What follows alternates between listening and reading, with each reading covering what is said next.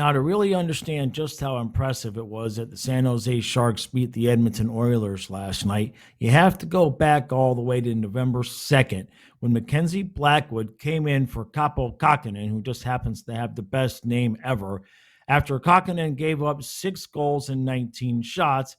And then Blackwood came in and gave up 4 and 14.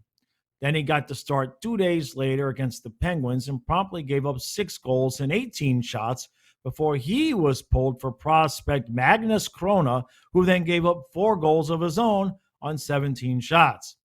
Then, as if to say enough is enough already, Blackwood has gone pretty much full on God mode in the Sharks' last 2 games with a total of 77 saves and 80 shots to lead the Sharks to their first 2 victories of the season, including last night's win against supposed Cup contender Edmonton, in which he simply would not allow the Sharks to lose.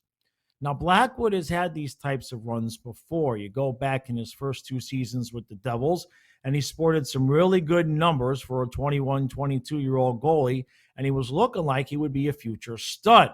However, the next 3 seasons would see both his play and numbers diminish to the point that rather than re-sign him, the Devils traded him to San Jose for a 6th-round pick, which is basically sending your ex to hell in trade for a ham sandwich without mayo, and he's still a good young goaltender with potential.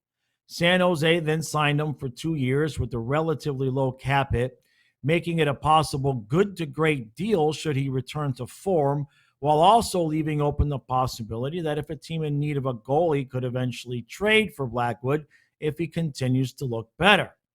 Now, a look at his numbers so far this year show wild inconsistency. However, when he's good, he's great.